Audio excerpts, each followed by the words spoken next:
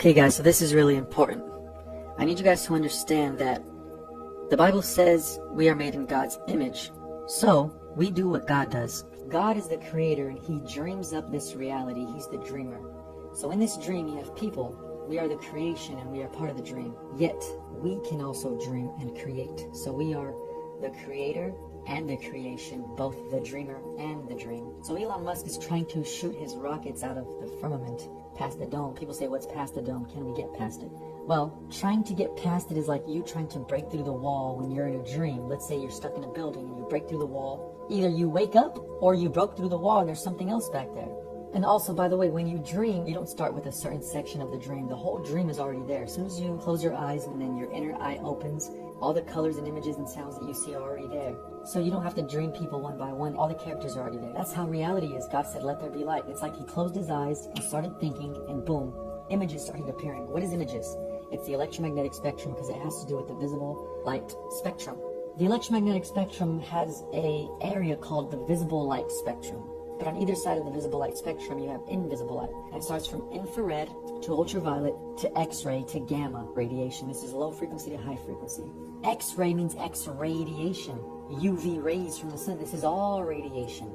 Radiation doesn't have to be visible. It can be invisible. This is magnetism. That's why it's called the electromagnetic spectrum, because magnetism carries electricity. Radiation carries electricity. We were able to make a single hydrogen atom by focusing 4 ultra-high energy laser beams to a point. So you have 4 laser beams guided to a point, and you can make a hydrogen atom, which is 1 proton, 1 neutron, and 1 electron.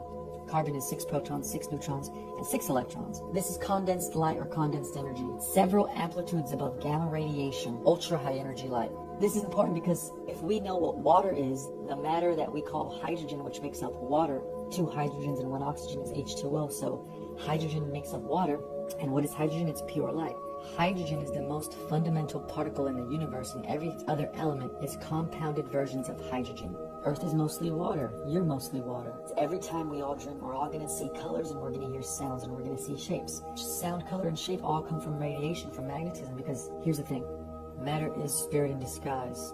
Atoms are whirlpools of energy. All physicality is sustained by motion. The universe is mental. All of creation is the hard thoughts of God's mind. We are the imagination of ourselves. So a proton is not actually like this, where an atom doesn't have a proton neutron at the center with an electron going around it, because that means you have empty space between the proton and electron. What you have is the proton is charged, electron is discharged. So you have input, output, charge, discharge, proton, electron, and this is the neutron, which is the neutral zone. Scientists don't even know how water appeared on Earth. This is what they think. Scientists think that an asteroid hit the Earth and melted on the Earth, and that's where we get our oceans from. If Earth is a lifeless rock and an asteroid hit the Earth and broke a piece of it off, then how does the moon not have water but the Earth has water?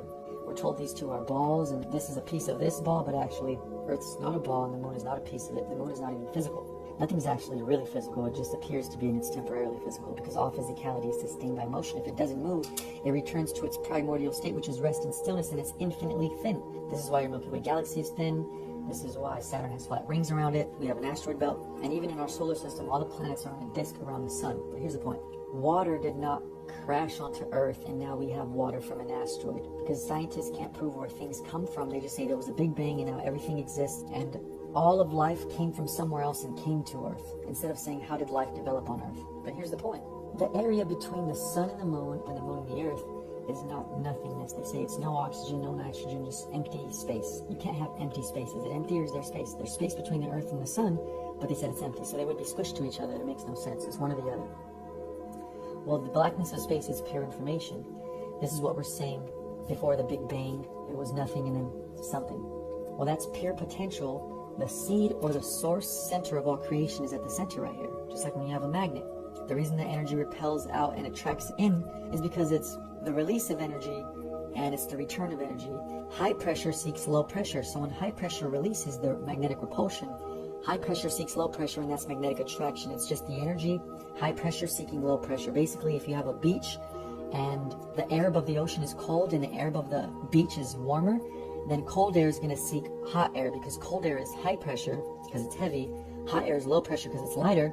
So the cold air is going to rush towards the hot air. So the air from the sea is going to rush towards the seashore, which is the beach. And therefore, if you have a sail on your boat, you'll be carried by the wind to the shore, because high pressure seeks low pressure. So that's what it is. It's just pressure mediation. That's what the suction of magnetism is all about. Creation is an emergence from pure potential and complexity. Therefore, everything that is a thing is a simpler version or smaller in scale with the same complexity. There's never nothing, guys. You can't have empty space around the moon and the earth. You can't have empty space around the sun and the moon. These dots represent empty space. See, I put dots because there has to be something separating them. There can't be nothing. We have oxygen and nitrogen in our air, and the boundary, the wall, is this firmament. And people say, what's past the firmament? The world is a dream. Reality is a dream. So if you get past the firmament, you can't be past it. It's a dream. You can't bust out of your dream. It's an infinite dream. Like, this is huge. It just goes on forever until you wake up. That's the only way to bust out of it. So what's past the firmament? I would say the real you, the God version of you.